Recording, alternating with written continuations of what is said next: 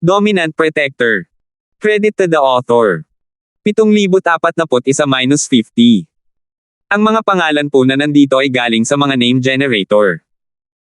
Kung meron man pagkakatulad sa mga pangalan ng tao o lugar at pangyayari, ito ay tunay na hindi sinasadya. Maya-maya, tumigil si Jenny. Bahagyang kumunat ang kanyang mga pinong kilay habang bumubulong, walang nakitang mali sa scan, at walang aberya. Bakit nangyayari ito? Guro, ano po ang maitutulong ko sa inyo? Handa na akong dumaan sa apoy at tubig para sa amo at amo na si Terence.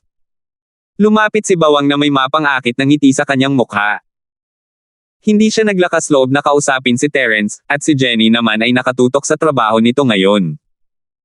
Nagpapanik siya kaya sinamantala niya ang pagkakataon para lumapit at ipakilala ang kanyang presensya. Maganda sana kung mapalayas siya, mapapasama siya sa problema kung mapapagana niya ulit ang killing intent ni Terence. Mabuti naman.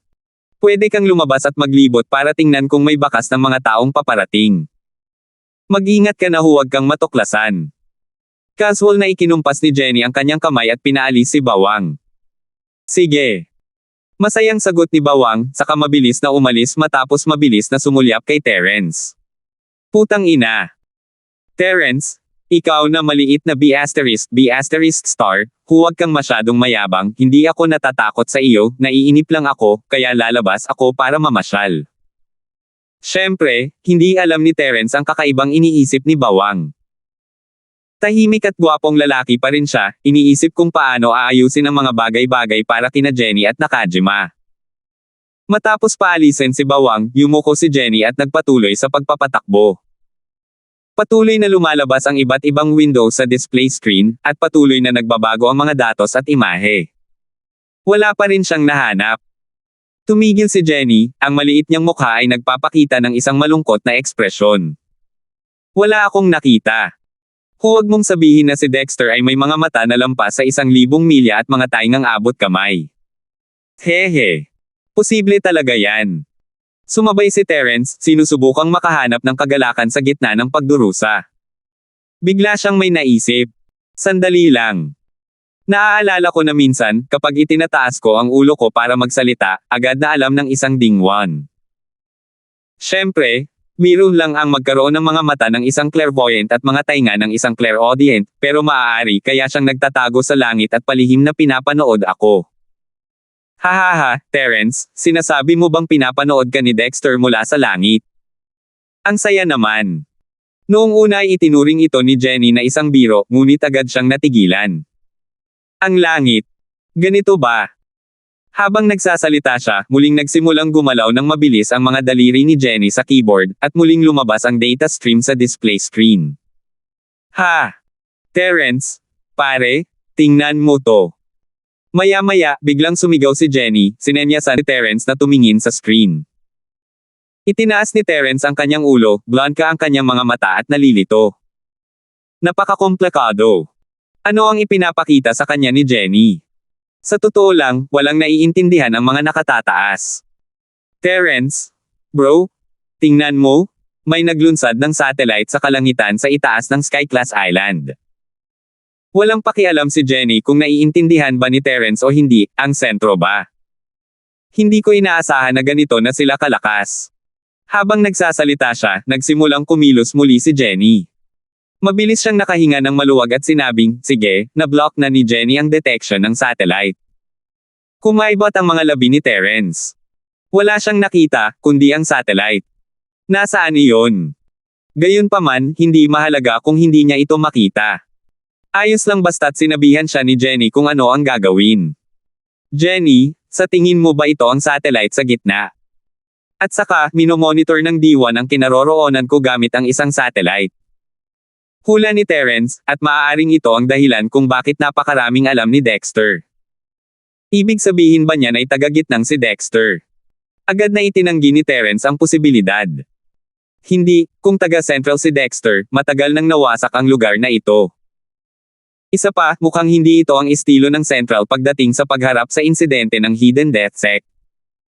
Pero kung hindi miyembro ng Central si Dexter, paano niya nalaman ang tungkol sa Central?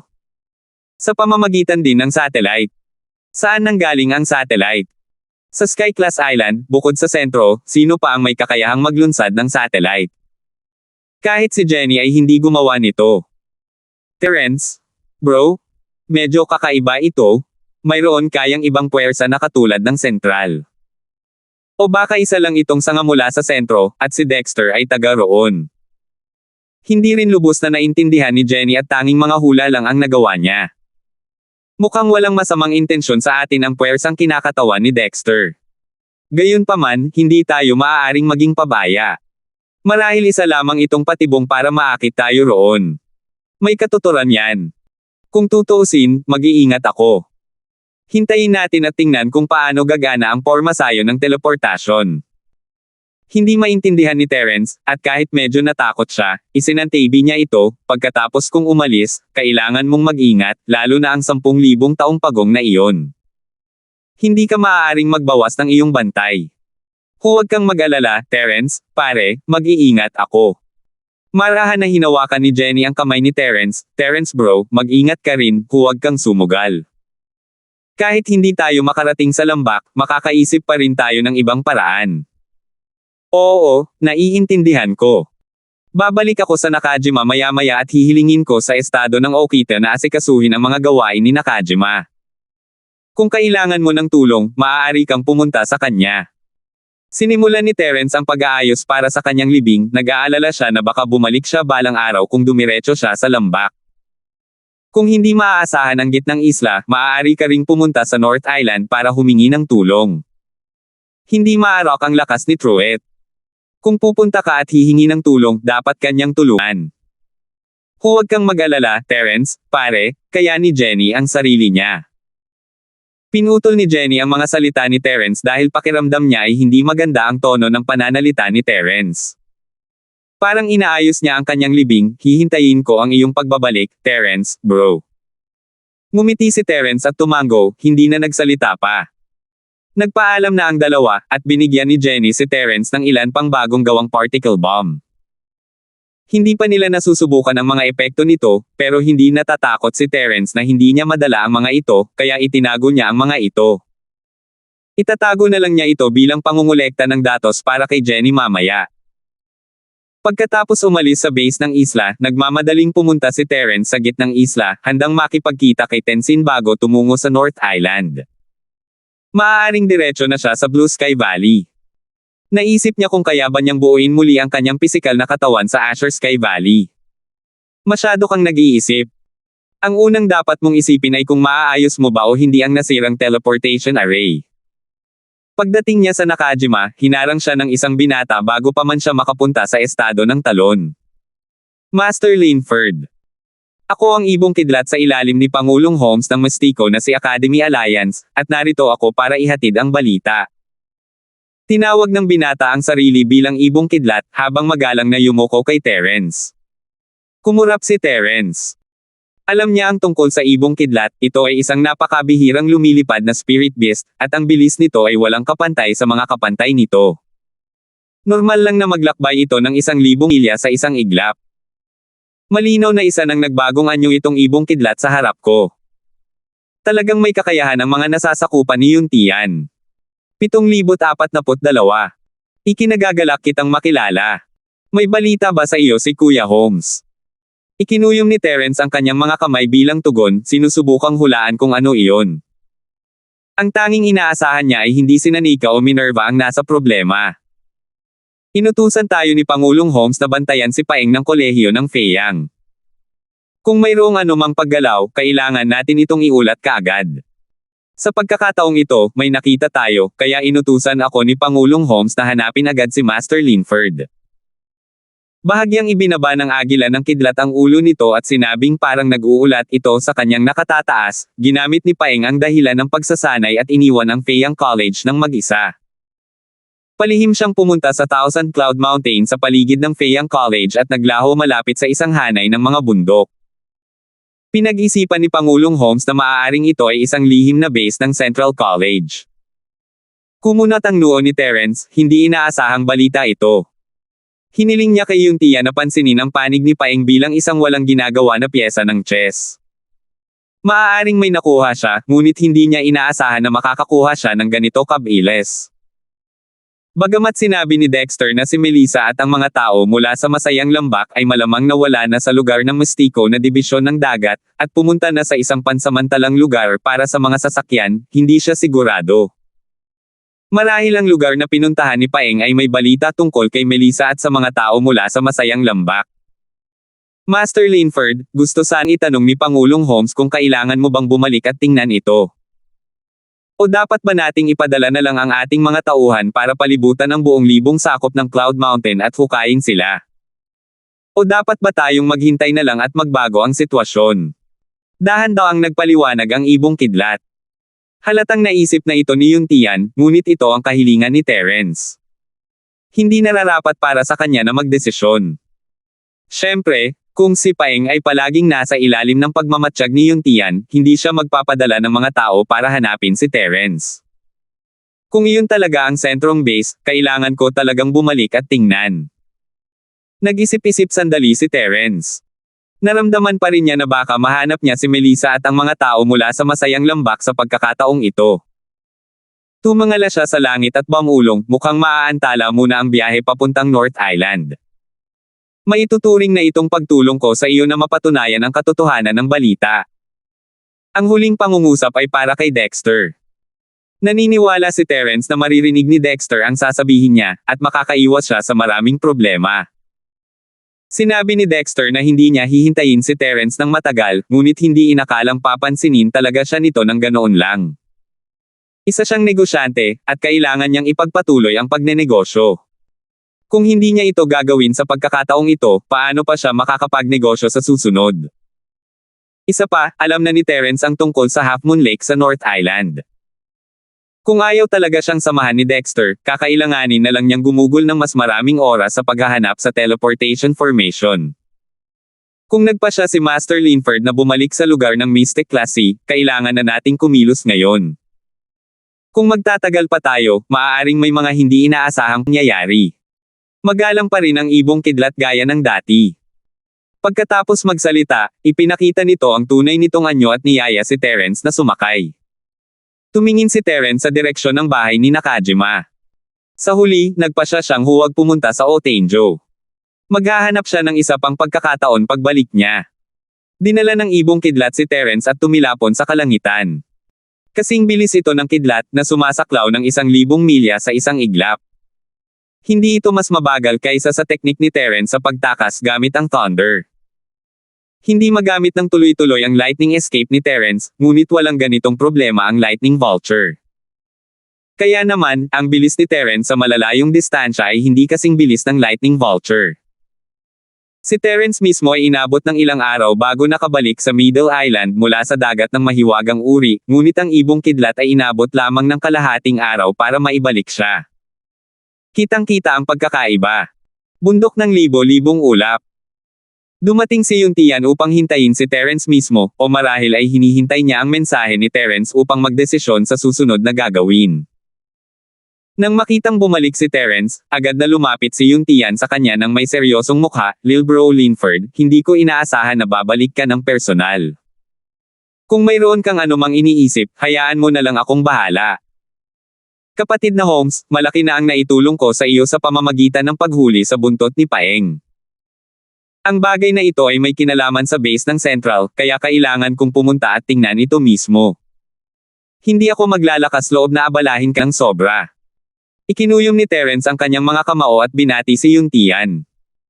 Pagkatapos ay nagtanong siya, nawala ba natin ang bakas ni Paeng pagkatapos nating marating ang rehiyon ng Thousand Cloud Mountain? Mas kaunti. Tinatansya namin na si Paeng ay nasa bulubundukin ng rehiyon ng Thousand Cloud Mountain. Gayunpaman, medyo malaki ang sakop nito na umaabot ng libu-libong milya. Ang kabilang panig ay mayroon ding mga pamamaraan sa pagtatago. Ang paghahanap sa kanya ay parang paghahanap ng karayom sa tumpok ng dayami. Bumantong hininga ng marahan si Yuntian. Ang gawaing ipinagkatiwala sa kanya ni Terence ay hindi natapos ng perpekto. Isa siyang master, ngunit hindi niya kayang humawak ng isang maliit na estudyante tulad ni Paeng. Nakakahiya talaga iyon.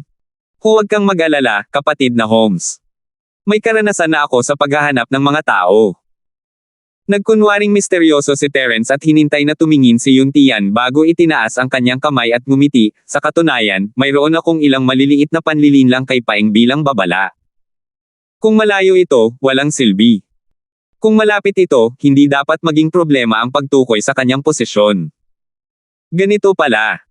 Naisip na nga ni Brother Linford at gumawa na ng mga kaayusan. Dapat matuto kayo mula sa kanya.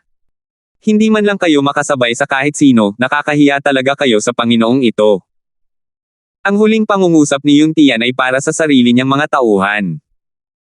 Mayroong 15 tao na naroroon, kabilang ang ibong kidlat. Bawat isa sa kanila ay may kakaibang aura.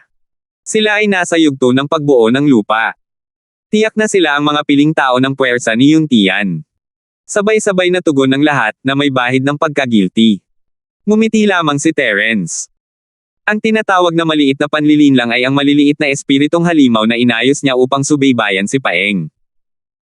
Gamit ang kakayahang magtago ng maliliit na bagay na ito, kahit na mapalapit ang mga ito sa katawan ni Paeng, maaaring hindi pa rin sila matuklasan. Kung hindi dahil sa distansya, hindi makokontrol ni Terence ang spirit beast, o hindi na rin kakailang ganing gumawa ng kahit ano ni Yuntian. Kapatid na Holmes, may naramdaman ako. Dapat ay papunta rito si Paeng. Tara na at tingnan natin. Matagumpay na nakausap ni Terence ang spirit beast, ngunit wala pa siyang gaanong nakuhang impormasyon sa ngayon. Malabo lamang niyang nadama ang direksyon. Mabuti. Pumunta na tayo agad. Gusto kong makita kung saan nagtatago ang batang iyon. Ikinumpas ni Yuntian ang kanyang kamay at pinangunahan ang kanyang 15 tauhan upang sundan si Terence, at lumipad patungo sa isang kabundukan. Maya-maya, natagpuan ni Terence ang spirit beast na sumusunod kay Paeng at sinundan ito papunta sa isang bundok. Natural na natuklasan ni Yuntian ang pag-iral ng maliit na spirit beast, kaya laking gulat niya, Lil Bro Linford, saan mo nakuha ang maliit na bagay na ito? Isa siyang natural na scout. Bagamat hindi naman masama ang lakas ng maliit na spirit beast, hindi ito pinapansin ni Yuntian. Ang interesado lang siya ay ang kakayahan nitong itago ang mga bakas nito. Dahil sa lakas ng heaven-breaking stage niya, kung hindi niya ito bibigyang pansin, baka nakaligtaan niya ang presensya ng maliit na spirit beast. Ipinapakita nito kung gaano kalakas ang maliit na lalaking ito. 7,043. Hehe. Sa totoo lang, hindi akin itong maliit na bagay na ito. Hiniram ko ito sa iba. Mahabang kwento. Ikukwento ko pa sa iyo kapag may pagkakataon ako. Walang pakialam si Terence na sabihin kay Yuntian ang tungkol sa malaking polaka, ngunit hindi ito ang tamang oras para mag-usap. Bago pa siya matapos, natakpan na ng spirit sense ni Terence ang buong bundok at patuloy na tumatagos sa loob. Gayunpaman, natuklasan niya agad na naharangan ang kanyang spirit sense. Mayroong isang bagay na kayang ipagtanggol laban sa banal na pag-scan ng pandama. Talagang matalino ang pagkakagawa nito. Seryoso ang ekspresyon ni Terence, sigurado siyang isa ito sa pinakamahalagang base sa gitna. Normal lang ang mga bato sa labas. Walang makakakita ng kakaiba kung gagamitin nila ang kanilang banal na pandama para i-scan ito, pero haharangin ang mga ito kung gusto nilang pumasok. Tulad ng inaasahan. Kaya pala wala akong napansing mali dito. Sinubukan din ito ni Yuntian, at ang kanyang mukha ay nagpakita ng kaunting tuwa, kahit ano paman, sa wakas ay natagpuan na natin ang tamang lugar. Brother Linford, magpadala tayo ng mga tao para palibutan ang lugar na ito at pagkatapos ay dahan-daang harapin sila, okay? Kapatid na Holmes, ang sentro ay may kakayahang bumuo ng sarili nilang pormasayo ng teleportasyon. Walang saysay na palibutan sila. Hanggat aalertuhan natin sila, natatakot akong wala tayong makikita. Umiling si Terence, iniisip kong ang base na ito ay isang backup transfer station. Pagkatapos, naalala niya na sinabi ni Dexter na ang istasyon ng backup transit ay wala sa lugar ng Mystic Division C. Kung ganoon, hindi maaaring ito ang tinatawag na istasyon ng backup transit. Umaasa na lang siya na nandito si Melissa at ang matao ng masayang lambak. May katuturan yan. Ano sa tingin mo ang dapat nating gawin, Lil Bro Linford? Pakikinggan ko ang mga plano mo. Isinuko ni Yuntian ang kanyang pamumuno at handang maging katulong ni Terence. Ang pag-uugaling ito ay lubos na ikinagulat ng kanyang mga nasasakupan sa paligid niya. Iginalang nila si Terence, ngunit hindi ibig sabihin noon ay lubos na nila siyang iginagalang. Ngayong nakita nila si Yuntian, naging seryoso ang kanilang mga puso. Kapatid na Holmes, magsama ka muna ng ilang tao at magtago. Hahanapin ko ang pasukan. Mas makabubuti kung tahimik tayong makakasingit papasok. Nag-isip muna si Terence bago nagdesisyon. Kapatid na Holmes, alam mo naman ang kalagayan ko ngayon. Angkop na angkop ito para dito. Alam ni Yuntian na pinagtatawanan lang ni Terence ang sarili niya, pero may isang bagay siyang tama. Ang isang sinaunang espiritu ang pinakaangkop para sa pagpasok ng walang pahintulot. Sige, mag-ingat ka, Lil Bro Linford. Kung kailangan mo ng tulong, magpadala ka lang ng senyales. Naiintindihan ko. Tumanggaw si Yuntian bilang pagsang-ayon. Pagkatapos, ikinumpas niya ang kanyang kamay bilang senyales sa kanyang mga nasasakupan na magsipagtakbuhan at magtago. Siya rin mismo ay nakahanap ng lugar na mapagtataguan. Si Terence naman ay nagpalit ng anyo sa kanyang espiritu at lumipad sa paligid ng bundok, ngunit wala siyang nakita. Malinaw na binigyang halaga ng Central ang pagtatago ng pasukan. Ang mahalaga ay humina ang kanyang pandama sa espiritu, at tanging mga mata lamang ang nagamit Terence para maghanap. Hindi madaling mahanap ang pasukan. Sa huli, nagpasya si Terence na huwag nang hanapin ang pasukan at ipinadala ang kanyang espiritu sa bundok, sinusubukang makapasok sa base. Ang dahilan kung bakit hindi niya iyon ginawa ngayon ay dahil naisip niyang masyadong perpekto ang hadlang sa kanyang banal na pandama. Maaaring mapinsala ang kanyang sinaunang espiritu kung pipilit itong pumasok. Ngunit ngayong wala na siyang ibang paraan, ang magagawa na lang niya ay subukan. Sa kasamaang palad, ang kanyang pagtatangka ay nauwi sa pagkabigo. Hindi ito maarak ng espiritu ni Terence. Mula rito, makikita na ang base na ito ay tiyak na isa sa pinakamahalagang lokasyon sa gitnang rehiyon. Kung ikukumpara sa nasa madilim na rehiyon ng kabundukan, ang kahalagahang ibinibigay nito dito ay ibang-iba. Umikot si Terence sa paligid ng lugar at wala siyang nakita, kaya bumalik siya sa kanyang dating pwesto. Nakita ito ni Yuntian at Yumoko, Ulong, kumusta, Lil Bro Linford? Wala bang paraan para makapasok? Ha! Malaki ang ipinuhunan ng Central sa depensa ng base na ito. Ang hirap talagang pumasok ng walang tamang pinto. Napangiti si Terence ng mahiwaga habang kumukuha ng ilang ball ang metal, hawak ang mga ito sa magkabilang kamay. Masusubukan ko rin ang Bian particle bomb na tahimik kong sinasaliksik. Sa pilitang pagtanggal ng isang banal na artifact. Particle bomb. Ito ba ang mga bola? Ano ang silbi nito? Napakamot ng ulo si Yuntian at tiningnan ang ball ang hawak ni Terence nang may pagtataka. Wala siyang nararamdamang panganib mula rito, kaya hindi niya alam kung ano ang magagawa ng bagay na ito. Lil Bro Linford, hindi ka ba natatakot na alertuhan ang kalaban gamit ang bagay na ito? Hindi ba't sinabi mong may teleportation formation sa gitna? Paano kung alarmeyan natin sila at mag-teleport sila palayo? Gumagawa tayo ng huling paraan. Wala ring saysay ang lahat ng ito kung hindi rin naman tayo makakapasok. Ngumiti si Terence at itinaas ang dalawang kamay. Lumipad ang particle bomb sa iba't ibang bahagi ng bundok. Hindi niya sinayang ang oras niya sa pagtakbo sa paligid ng bundok. Alam na niya kung saan ilalagay ang bomba para mapakinabangan ang lakas nito. Matagal na siyang gumagamit ng mga super alchemy bomb at itinuturing siyang eksperto rito. Hindi ito isang normal na bomba, pero pareho pa rin ang prinsipyo. Kuya Holmes, humanda kang panoorin ang nakababatang kapatid na ito na gagawa ng mahika para sa iyo. Kahit pa ito ay tagumpay o pagkabigo, dapat mo man lang silang bigyan ng masigabong palakpakan. Casual na sabi ni Terence nang marating ng mga bomba ang kanilang target. Walang naganap na pagsabog na nakawasak sa mundo, ni walang anumang kahangahangang epekto ng pag-iilaw. Tahimik lang itong naglaho. Naglaho. Naglaho. Sa sandaling sumabog ang particle disintegrating bomb, lahat ng bangin at bakal na pader ay mabilis na natunaw. Sa isang kisap mata, ang buong tuktok ng bundok ay naglaho ng walang bakas, ni isang butil ng alikabok ay hindi nag-iwan. Sa pilitang pagtanggal ng isang banal na artifact, nararapat lang ang kanyang reputasyon. Matapos mawala ang tuktok ng bundok, isang grupo ng mga tao ang lumitaw kung saan orihinal na naroon ang tuktok ng bundok. Lahat sila ay nasa estado ng pagkalito, hindi alam kung ano ang nangyari. Tiningnan ni Terence ang mga bakas ni Paeng. Nagulat at natulala rin ang bata, marahil ay iniisip na may bagong gamit ang base. Kamangha-mangha. Masyadong mahiwaga.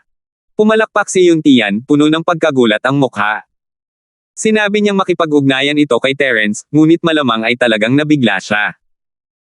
Nagulat din si Terence, hindi niya inakalang ganito pala kapakinabangan ang particle disintegrating bomb ni Jenny. Bundok iyon. Kung gagamitin niya ang particle disintegrating bomb sa isang labanan sa fleet, hindi ba't mabubure ang fleet ng kalaban? Mga daga, wala na ang mga lungga ninyo. Susuko ba kayo o lalaban? Lumipad si Terence papunta sa grupo ng mga hanggal na hindi pa rin nagre-react at tumingin sa kanila. Ang mga gustong sumuko, lumuhad at ilagay ang mga kamay sa ulo. Ang mga gustong lumaban, umatake. Natagpuan niya si Paeng, ngunit hindi niya nakita si Melissa o sino man mula sa masayang lambak.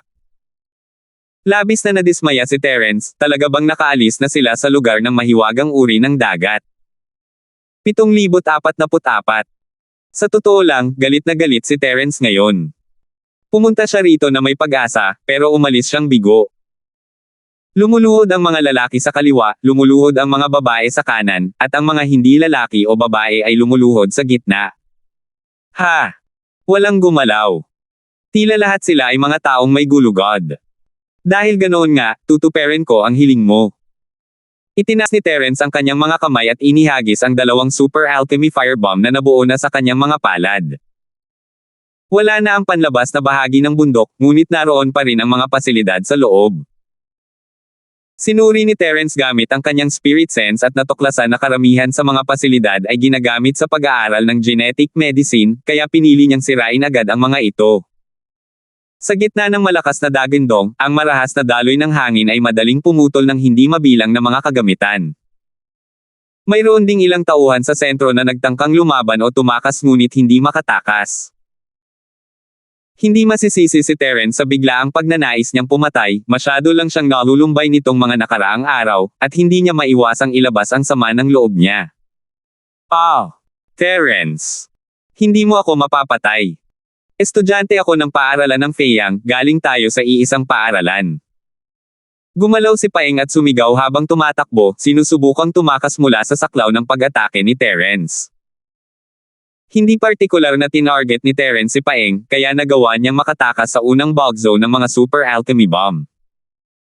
Marami-rami ring taong tulad ni Paeng ang nakaligtas, o sa halip, ang karamihan sa kanila. Hindi sila namatay sa kamay ni Terence, ngunit hindi pa rin sila nakatakas sa kamatayan.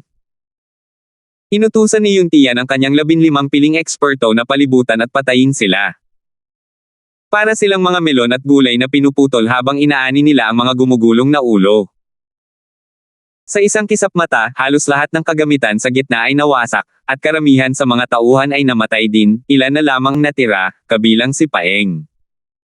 Ang kaligtasan ni Paeng ay dahil sa mga salita ni Terence.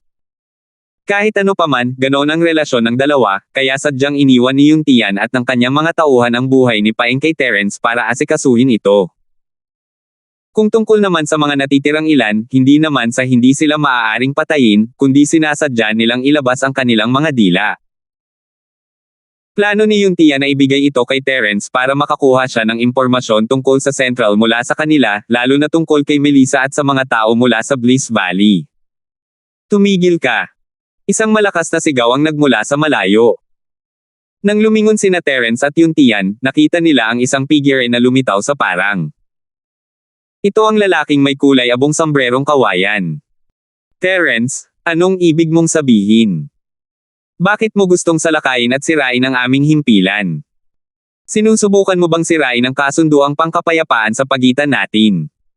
Tiningnan ng lalaking nakaabong sombrero ang base na magulo at mukhang sira-sira. Hindi mapigilan ng katawan niya ang bahagyang panginginig.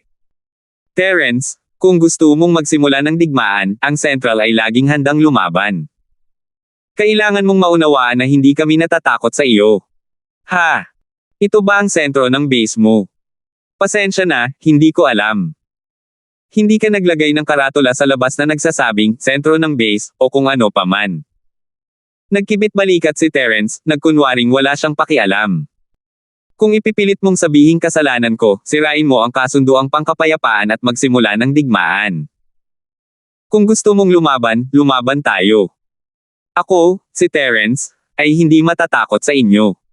Magaling, mahusay, mahusay. Terence, ang tibay mo talaga. Kung gusto mo ng ganap na digmaan, hayaan mo na. Sa tingin ko hindi kita kayang harapin, Terence. Sa sobrang galit ng lalaking nakasuot ng kulay abong sombrerong kawayan ay natawa siya, at sumabog ang aura sa kanyang katawan.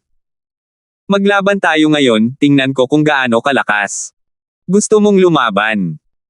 Sasamahan ka ng Panginoong ito, natatakot akong hindi ka maglalakas loob na kumilos. Lumipat si Yuntian sa harap ni Terence. Malinaw sa kanya ang kalagayan ng Yuan spirit body ni Terence at natural lang na hindi niya hahayaang sumugal si Terence. Bukod pa rito, sa lakas na nakakapangilabot kay Yuntian, hindi niya talaga natitinag ang lalaking may kulay abong sombrerong kawayan. Kahit na hindi maarok ang lakas ng lalaking may kulay abong sombrerong kawayan, maaaring hindi siya mas mababa sa kanya. Kapatid na Holmes, huwag kang mag-alala. Hinailan ni Terence ang manggas ni Yuntian at humarap sa lalaking may kulay abong sombrero. Nakita mo na. Kung gusto nating lumaban, mas marami tayong kalaban. Hindi imposibleng mapatay ka. Pero kailangan ko munang linawin ang mga bagay-bagay. Dapat naiintindihan mo ang sinabi ko, di ba? Sa tingin mo ba, sa pagsasabi mong hindi mo alam, mabuburay mo na ang katotohanang inatake mo ang ating sentrong base? Single ng lalaking may kulay abong sombrero. Habang nakatingin sa mga guho, naramdaman ng lalaking may kulay abong sombrero ang pagdurugo ng kanyang puso. Ang base na ito ay ibang-iba sa mga inabandonang base. Ito ang pinakamahalagang base sa lugar ng Mystic Division C, at marami pa ring datos at datos mula sa mga eksperimento sa loob, ngunit ngayon ay nawasak na ang lahat. Kaya gustong-gusto talagang patayin ng lalaki si Terence, kahit na magdulot ito ng malubhang kahihinatnan. Maaari kang mag-isip ng kahit anong gusto mo. Kailangan mo lang malaman na hindi ako takot sa iyong sentral. Ang dami kong sinasabi sa iyo para lang linawin ang isang bagay. Sa pagkakataong ito, narito ako para patayin ang aking sinumpaang kaaway sa akademya, ang cricket na si Paeng. Itinuro ni Terence ang nalilitong si Paeng. Nako, ang pagdating ba ng batang ito rito ay nagpapatunay na siya ang pinapunta mo sa Fayang College para makipag-ayos sa akin. Napakarami mo ng tukana na ayaw mo pang bitawan ang isang lugar tulad ng academy. Gusto ko talagang malaman, ano ang ibig sabihin ng kasunduang pangkapayapaan para sa iyo. Natigilan ng lalaking nakasuot ng kulay abong sombrerong kawayan. Pagkatapos ng ilang sandaling katahimikan, sinabi niya, hindi ko kilala ito Paeng. Tingnan mo ang damit niya, dapat mong malaman na hindi siya kabilang sa atin. Ang mga tao sa base ay nakasuot ng parehong uniforme, habang si Paeng ay nakasuot ng uniforme ng Fayang College. Walang maihahambing. Niloloko mo ba ako? Pwede mo pa nga itong gamiting dahilan. Napabuntong hininga si Terence nang may paghamak habang nakatingin sa lalaki. Kalimutan mo na yan, nabunyag na ang katotohanan. Gusto mo bang lumaban o ano? Gumuhit ka na lang ng hangganan. Anong ibig mong sabihin sa clear? Sinasabi ko sa'yo, Terence, walang kinalaman sa atin ang lalaking yan. Baka isa lang siyang test subject. Walang nakakaalam kung ano ang iniisip ng lalaking nakaabong sombrero, ngunit tumanggi siyang aminin na si Paeng ang nasa gitna. Alam mo naman na mahilig akong mag-aral ng mga kakaibang bagay, tulad ng daga na lumulunok ng araw. Malamang ay may kakaibang mga bagay ang batang ito, kaya posible na dinala siya rito ng mga tauhan ko para sa pananaliksik. Kahit ano paman, sinira mo ang base ko. Wala ka bang dapat ihingi ng tawad? Ganoon ba? Kung gayon, pasensya na talaga. Pinasabog ko na ang lahat, kaya ayos lang kung hihingi ako ng tawad sa iyo. Sa susunod, sabihin mo sa akin ng mas maaga at tiyak na mag-iiwan ako para sa iyo. Nagkibit balikat lang si Terence, halos mainas na sa lalaki. Ayos lang kung hindi ka sinsero, pero sa susunod. Kung may susunod pa, siguradong papatayin kita. Tama, itong si Paeng ay ang aking sinumpaang kaaway. Dahil wala siyang kinalaman sa iyo, bilang aking kakampi, tulungan mo akong patayin siya. Napangiti ng masama si Terence. Kumusta? Kakampi ko, ayaw mo ba akong tulungan sa ganito kaliit na bagay? 7,045. Muntik nang mamatay ang lalaki sa galit, napakalupit ng ginawa ni Terence.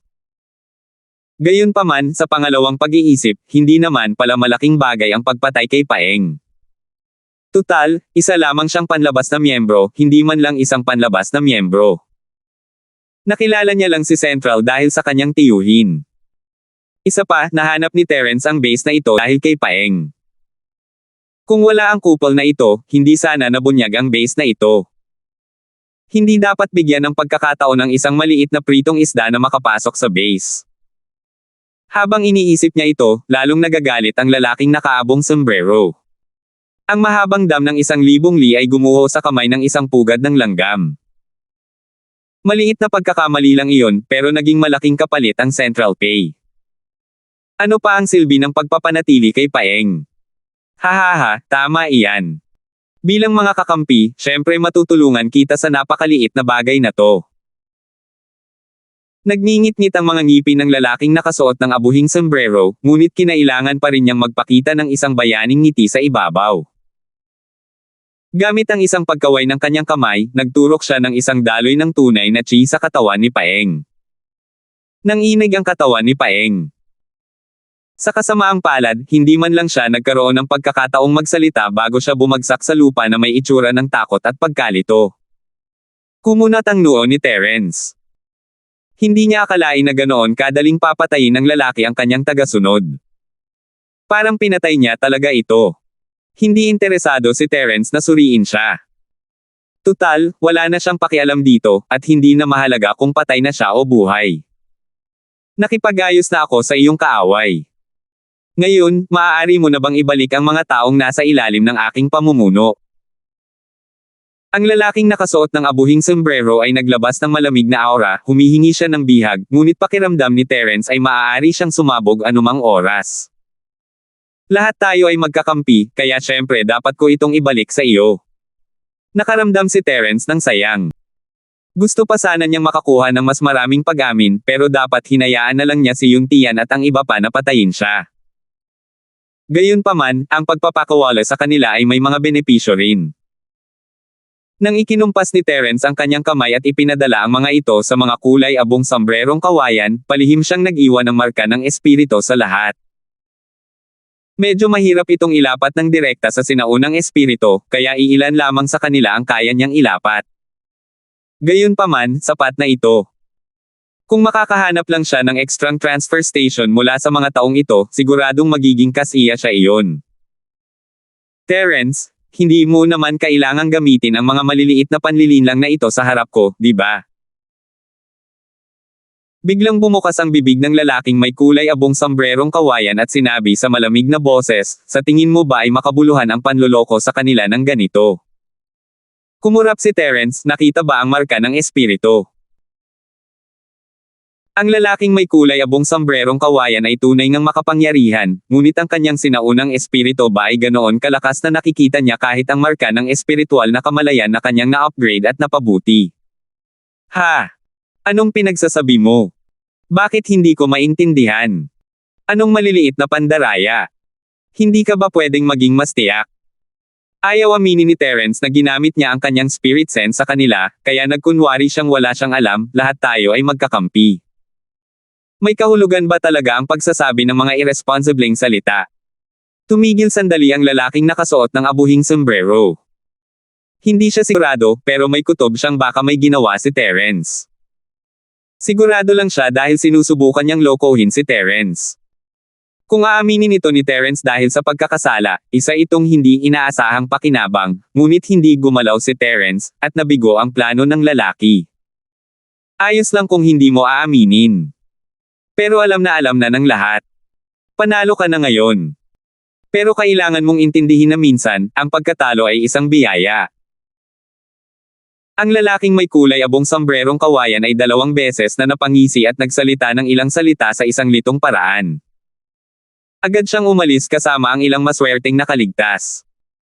Binalot din niya ang lahat ng mga bangkay sa lupa gamit ang kanyang tunay na chi at dinala ang mga ito palayo.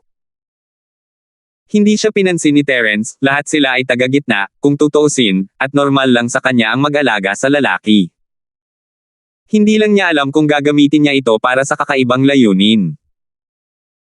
Pagkatapos umalis ng lahat, bumulong si Yuntian, Lil Bro Linford, nasundan mo ba ang maliit mong anak? Hindi ko siya mahabol. Masyadong malakas ang lalaking may kulay abong sombrerong kawayan. Hindi siya masusundan ng maliit na espiritong halimaw, at madali lang siyang mahanap. Umiling si Terence nang walang magawa, napakalaki ng pagkakaiba ng lakas. Imposibleng mabawi ito. Tungkol naman sa marka ng espirito, hindi masyadong nagsalita si Terence tungkol dito. Kung talagang napansin ito ng lalaking nakaabong sombrero, hindi magiging gaanong kapaki-pakinabang ang marka ng espirito. Gaya ng inaasahan, pagkalipas ng isang oras, tuluyang nawala ang koneksyon ni Terence sa Spirit Sense Mark. Hindi niya alam kung ang mga taong iyon ay pumasok sa isang bagong base at may proteksyon ng Spirit Sense Shield o kung may nangyari. Ang lalaking nakaabong sombrero ay pumasok nga sa isang maliit na kuta sa gitna, o sa halip, isang istasyon ng komunikasyon, at nakikipag-usap kay Miss Ling. Iyon ang nangyari. Winasak ni Terence ang base sa mistiko na dagat ng paghahati, at maging ang buong bundok ay naglaho. Hindi natin alam kung anong mga kasanayan o teknolohiya ang ginamit niya. Magalang na nagsalita ang lalaking nakasuot ng kulay abong sombrerong kawayan, ipinapakita na mas mababa ang kanyang katayuan kaysa kay Miss Ling. Mabuti na lang at ang ilan sa mga tao at kagamitan sa mistiko na dibisyon ng C-Base ay inilipat na sa backup transit station, kaya hindi tayo nalipol. Ano ang mga partikular na pagkalugi? Malamig ang boses ni Miss Ling, at imposibleng marinig ang kanyang emosyon. Ang pinakamahalaga ay ang resulta ng nakaraang pananaliksik. Ito. Ang bahaging ito ay nasa ilalim pa rin ng pananaliksik, kaya hindi ito mailipat sa backup transfer station sa tamang oras, kaya tuluyan itong nawasak. Nagngalit ang mga ngipin ng lalaking may kulay abong sombrero sa puot, pakiramdam niya'y dumudugo pa rin ang kanyang puso. Halos nawasak lahat ang mga mananaliksik, ang datos ng pananaliksik, at ang mga umiiral na resulta ng pananaliksik. Hindi na nagawang pagsamasamahin ng mga natitirang mananaliksik ang buong proseso ng pananaliksik. Magkakaroon ng isang pangkalahatang namamahala sa mga proyektong pananaliksik ng sentro. Ang mga proyektong pananaliksik ay hahatiin sa ilang maliliit na grupo upang pag-aralan. Panghuli, ang mga ulat ay kokolektahin at pagsasama-samahin ng pangkalahatang namamahala. Parang lahat ng nasa isang assembly line ay responsable para sa isang proseso at sa huling assembly. Sa katunayan, walang sino man ang makakaintindi sa buong nilalaman ng pananaliksik. Kung tungkol naman sa taong namamahala, siya lamang ang namamahala sa pagsasama-sama ng mga resulta para sa huling produkto. Hindi siya nakialam sa proseso ng pananaliksik, at dahil doon, muntik nang masira ng pagsabog ni Terence ang research center. Sinasabi mo ba na walang saysay ang mga nakaraang pananaliksik natin? Malamig na sumingot si Miss Ling at sa wakas ay nagpakita ng kaunting emosyon. Anong ginagawa ninyo? Hindi ba ninyo alam kung paano ay backup ang data ng maaga? Binibining Ling. May backup ng data, pero nakasave pa rin ito sa research team. Para maiwasan ang pagtagas ng mga sikreto, hindi nila ito ipinadala sa backup transfer station. Nanlumo ang lalaking may kulay abong sombrero. Sino ang mag-aakala na sisirain ni Terence ang buong base ng ganoon lang? Maaari lamang nating simulan ang pananaliksik mula sa simula. Gayunpaman, nagtagumpay na tayo ng isang beses at mayroon na tayong pangkalahatang direksyon. Sa palagay ko ay maaari nating mabawi ng mabilis ang datos ng pananaliksik. Inaaliw lang niya ang sarili. Halimbawa, kung sinabi niya ito ngayon at uulitin bukas, maaaring magkapareho ang pangkalahatang kahulugan, ngunit maaaring ibang-iba ang mga salitang ginamit upang ipahayag ito. Kahit isang simpleng pangungusap ay magiging ganito, lalo na ang isang masalimuot na pananaliksik. 7,046. Kaya lang natin ito. Ang lugar ng Mystic Division C ang pinakamatagumpay nating proyekto sa ngayon, sana ay matuto ka mula rito at makabawi sa lalong madaling panahon. Bumalik sa dati nitong malamig na tono ang tono ni Miss Ling. Kung kailangan ninyo ng tauhan o kagamitan, maghanda kayo ng ulat at ipadala ninyo ito. Opo. Binibining Ling. Ibinaba ng lalaking may kulay abong sambrerong kawayan ang kanyang mga kamay at sumang-ayon. Dapat ba nating baguhin ang ating mga plano tungkol kay Terence? Mukhang hindi maganda ang kanyang kalagayan ngayon, kaya oras na para harapin siya. Kumalma ka. Gulong-gulo ang puso mo. Mahinahon siyang pinagalitan ni Miss Ling, kung kaya lang nila, matagal na sana nila siyang pinatay, bakit pa maghihintay hanggang ngayon? Isa pa, dahil wala siya sa mabuting kalagayan, baka patay na siya.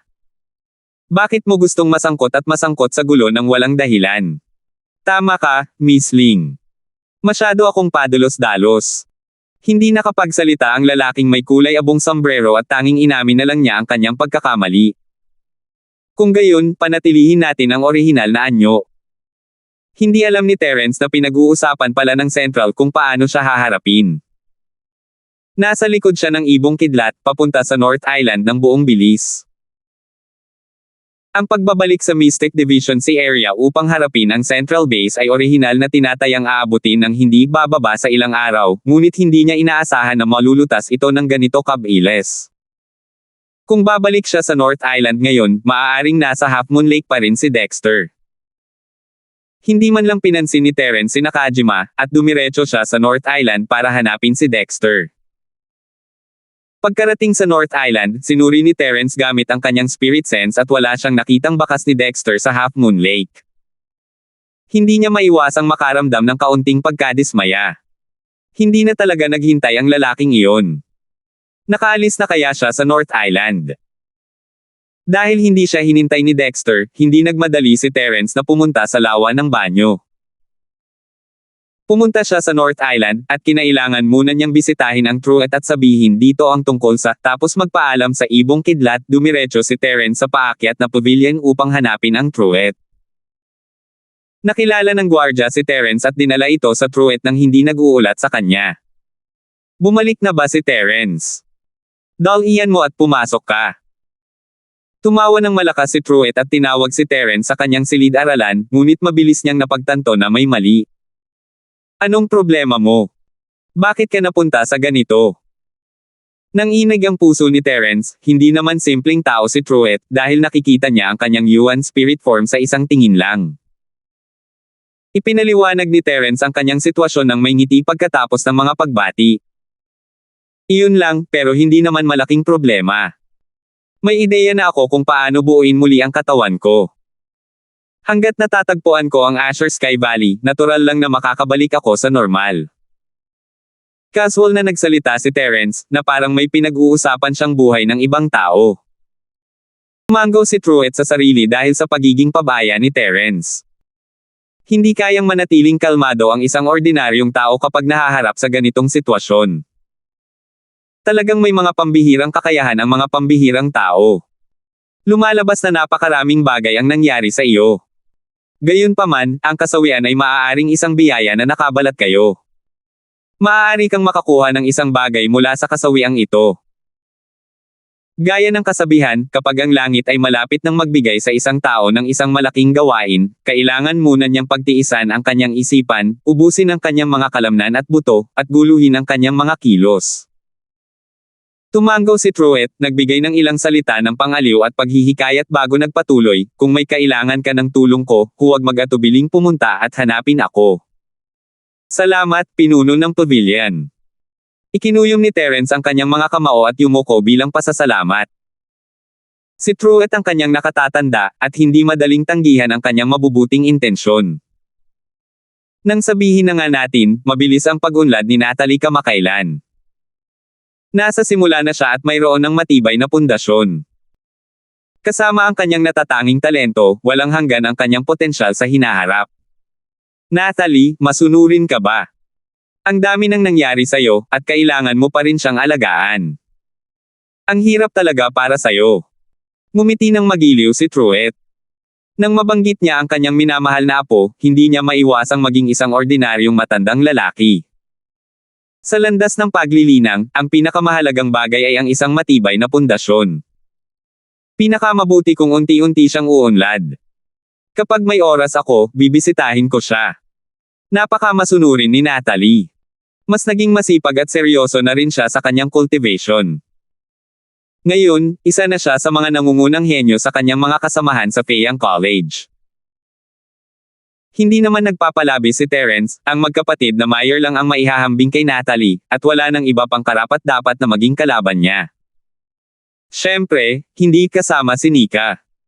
Masaya si Truett nang marinig niya ang balita tungkol kay Natalie, at patuloy niya itong pinag-usapan. Nakita ni Terence na gumagabi na, kaya napagpasyahan niyang bisitahin ang kanyang mga kaibigan at kapatid sa isla. Pagkaalis ng pavilion, pinag-iisipan ni Terence kung pupunta muna siya sa Chindian Pavilion o hahanapin ang hari ng basura nang makita niya ang ilang mga binata at dalaga na nag-uusap sa gilid ng kalsada. Medyo magagaling ang mga bagong dating natin ngayong taon. Hindi ko inaasahan na magiging ganito katindi ang kompetisyon. Tama, tama. Napakaswerte natin na makapasok sa tumataas na Sky Pavilion. Pero mukhang mas makakabuti kung makapasok tayo sa Green Cloud Pavilion. Sosh! Gusto mo na bang mamatay? Pagkatapos mong makapasok sa Ascending Heaven Pavilion, gusto mo pa ring pumunta sa Green Cloud Pavilion. Ano ba ang maganda sa Green Cloud Pavilion? Isa lang siyang henyo na nagkataon lang na lumitaw. Paano siya magiging kasing lakas ng Rising Sky Pavilion? May Diyosa sa Green Cloud Pavilion. Ang tumataas na Sky Pavilion ang pinakamalakas sa North Island. Hindi mo ba nakikita na lahat ng eksperto ay mula sa tumataas na Sky Pavilion? May Diyosa ang Green Cloud Pavilion. Ang tumataas na Sky Pavilion. May Diyosa sa Green Cloud Pavilion. Hindi mapigil ang mapangiti ni Terence habang nakikinig sa argumento. Wala siyang pakialam sa mga Diyosa, nakita na niya ang kanyang bahagi sa kanila. Gayunpaman, ang pagkakita sa mga bagong estudyanteng ito ay nagpaalala sa kanya ng panahon noong una siyang dumating sa North Island. Ang mga pagtaas at pagbaba sa bagong pavilion na nakakangganyo, ang koleksyon ng mga inabandunang espiritual na jade sa minahan ng espiritual na jade, ang pagpapalitan ng mga inabandunang espiritual na jade sa iba, at iba pa. Noong panahong iyon, 1 o 2 piraso ng espiritual na jade ay mahahalagang yaman na, ngunit ngayon, walang silbi ang mga espiritual na jade. Kung gagamitin man ang mga ito, papalitan ang mga ito ng mga espiritual na kristal. Parang isang buhay ang lumipas. Hindi pa naman nakakalipas ang ilang taon, pero pakiramdam ni Terence ay ilang dekada na siyang nandito. Marahil ay dahil hindi matatag ang kanyang sinaunang espiritu, kaya medyo mas emosyonal ang kanyang pakiramdam. Dahil doon, natawa si Terence sa sarili at umiling, hindi na pinansin ang mga bagong estudyante. Aalis na sana siya para hanapin ang kanyang mga dating kaibigan nang sumulpot si Dexter sa harap niya. Nako! Napaka-unpredictable mo talaga. Akala ko nakaalis ka na ng North Island. Ngumiti si Terence at tumango bilang pagbati. Sanay na si Terence sa estilo ng paglalakad at pagsasalita ni Dexter. Tunay ngang umalis ako sa North Island, pero bumalik ako. Nagpakita si Dexter ng kanyang natanging palakaibigang ngiti at ikinuyom ang kanyang mga kamay. Batang bayani Linford, medyo hindi matatag ang hanay ng mga teleportasyon na iyan. Kung abala ka lang, hindi na sana ako mag-abala. Pero dahil bumalik ka na, kailangan kitang isama para makita iyon. 7,047. Hindi matatag ang porma sayon. Anong nangyari? Biglang bumilis ang tibok ng puso ni Terence, ang pormasyong ito ay mahalaga kung makakapasok siya o hindi sa lambak, at hindi niya kayang magkamali. Gaano nakalala ang sitwasyon? Ako ang may kasalanan nito. Isa itong sirang teleportation array. Kung nanatili lang itong hindi gumagalaw, hindi sana ito nasa mas malala pang kalagayan. Gayunpaman, para makumpirma ito, sinubukan kong i-activate ito. Matapos akong mabaygo, walang naging problema noong una. Gayunpaman, sa paglipas ng panahon, ang teleportation array ay naging hindi matatag at nagpakita ng mga senyales ng pagbagsak. Inamin ni Dexter ang kanyang pagkakamali. Batang bayani Linford, umaasa lamang kami na ang iyong hanay na daw ay magiging kapakipakinabang at mapatatag at maaayos pa ang pinsala sa hanay na ito. Hindi ko magagarantiya na maaayos ko ang array. Kahit ano paman, kailangan ko munang tingnan. Napakamot ng ulo si Terence. Hindi siya sigurado kung kaya ba ng bagay na ito na ayusin ang sirang porma sayon na ito, lalo na't unti-unting nasa Syra. Dahil ganoon nga, huwag na tayong magtagal pa. Batang bayaning Linford, sundan mo ako papunta sa lawa ng Half Moon para makita mo. Naramdaman din ni Dexter ang pagmamadali ng sitwasyon, hindi na siya nag-aksaya ng oras at sinenyasan si Terence na sumama sa kanya. Tumango si Terence. Siyempre, alam niya kung nasaan ang lawa ng Half Moon. Mabilis siyang lumipad palapit. Medyo maaga umalis ang dalawa, kaya hindi narinig ni Terence ang pinag-uusapan ng mga baguhan. Narinig mo na ba? Ang bagong Diyosa, si Shirley, na kumpirmadong pupunta sa Green Cloud Pavilion, ay haamon sa manager na si Senior Sister Bella Meyer. Narinig ko na. Malaking balita ito, paano ko hindi malalaman? Sasabihin ko na sana na siguradong susuportahan ko ang aking Diyosa na si Linford mamaya. Sasama ba kayo? Natural lang yan. Magsama kayo. Sa totoo lang, masyadong mapangapi si Senior Sister Meyer, at hindi maraming tao ang may gusto sa kanya. Sa pagkakataong ito, hinamon ni Diyosa Shirley si Senior Sister Meyer, na talagang nakakatuwa. Hindi natin ito maaaring palampasin. Tama. Mabait at maganda si Shirley, at napakasikat niya. Natatakot ako na susuportahan siya ng lahat sa hamong ito. Kahit papaano, ako ang kanyang taga-suporta. Dapat matuto ng leksyon si Senior Sister Meyer. Tinitigan mo ba ang ulo mo? Anong klaseng katotohanan ito? Kapag narinig ng mga tao na malas tayo, malas din tayo. Biglang tumigil ang diskusyon. Nakonsensyang tumingin sa paligid ang mga bagong dating at saka lamang nakahinga ng maluwag ng matuklasan nilang walang tao sa malapit. Pagkatapos magsabi ng ilang salita tulad ng "Bilisan mo at magpareserba ng upuan para makita mo ng malapitan ang kaaya-ayang tindig ni Diyosa Linford." Mabilis na nilisan ng ilan sa kanila ang tumataas na Sky Pavilion habang magkayakap. Sa buong North Island, maaaring maliit na bagay lang ito, pero para kay Terence, maaaring malaking bagay ito. Sa kasamaang palad, hindi niya alam ang tungkol dito. Para kay Terence, ang pinakamahalagang bagay ngayon ay ang pormasayo ng teleportasyon. Hindi nagtagal at nakarating ang dalawa sa lawa ng banyo. Ganun pa rin ang kapaligiran, kahit papaano sa pananaw ni Terence.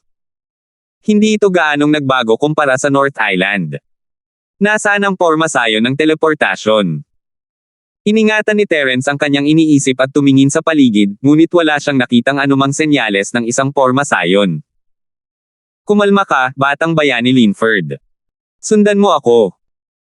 Itinaas ni Dexter kanyang mga kamay, at isang malakas na alon ng tunay na chi ang lumabas mula sa kanyang mga palad, madaling hinati ang lawa sa dalawa, na nagpapakita ng isang daanan na nabuo ng mga alon.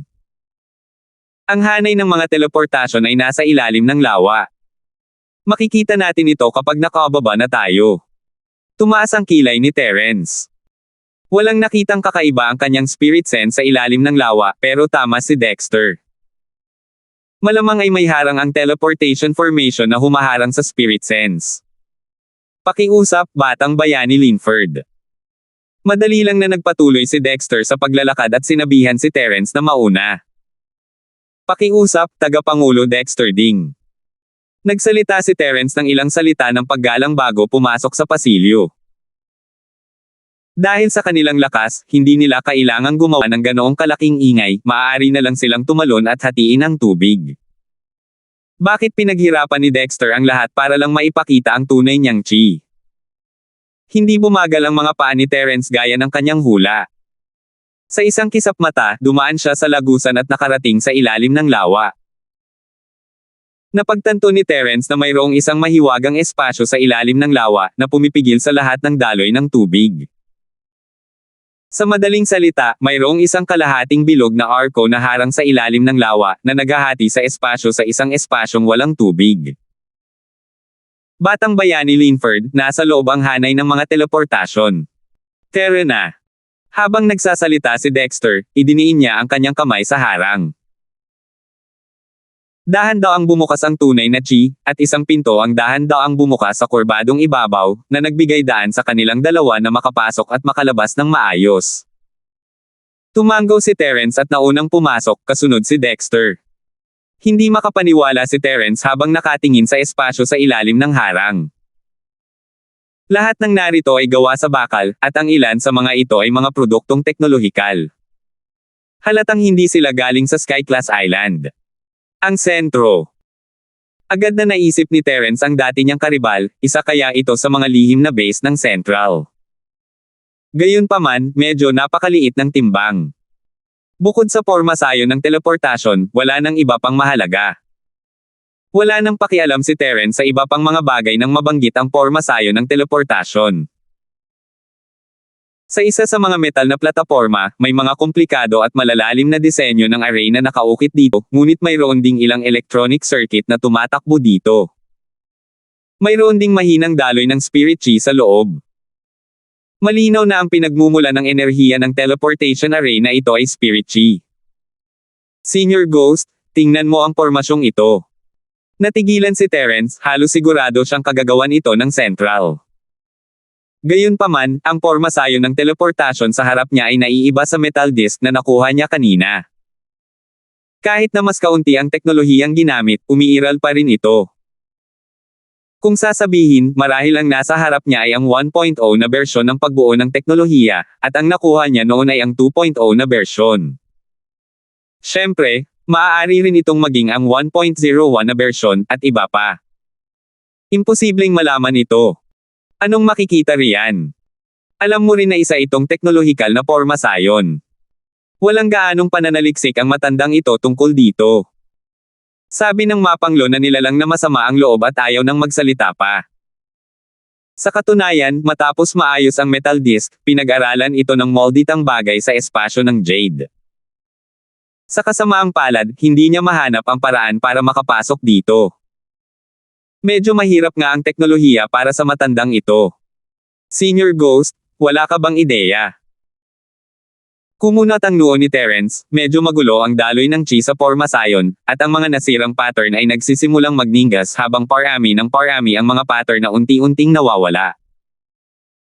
Ang kawalang tatag ng pormasayon na binanggit ni Dexter ay umiiral, at hindi tiyak kung gaano katagal bago ito tuluyang gumuho. Hindi naman sa wala ng paraan. Dalhin mo agad si Jenny dito. Siguro siya lang ang makakaayos ng pormasyong ito. Sumanghal ang kakilakilabot na bagay at casual na sinabi, gayunpaman, kailangan nating maging mabilis. Sa tingin ko ay hindi natatagal ang hanay ng teknolohiyang ito. 7,048. Nasabi yun ni Terence kahit hindi sinasabi sa kanya ng multo. Nasa mahirap na sitwasyon siya, kung pupunta siya sa Nakagama ngayon para hanapin si Jenny, hindi niya alam kung makakarating siya sa tamang oras. Kung tuluyan ng gumuho ang pormasayon pagbalik nila, hindi ba't sayang lang ang pagod? Matapos mag-isip ng ilang sandali, biglang nagkaroon ng ideya si Terence. Ang marka ng espiritu na iniwan niya sa asensya ni Bawang ay magagamit na ngayon. Sa kalayuan sa base, nag-iisip si Bawang ng paraan para patayin si Terence dahil sa pagkabagot ng maramdaman niyang gumalaw ang marka ng espiritu sa kanyang espiritu. P*K. Anong nangyayari? Kayang alam ni Terence, ang batang walang hiya, ang iniisip niya. Kaya gusto mo akong patayin para mawala ang gulo sa hinaharap.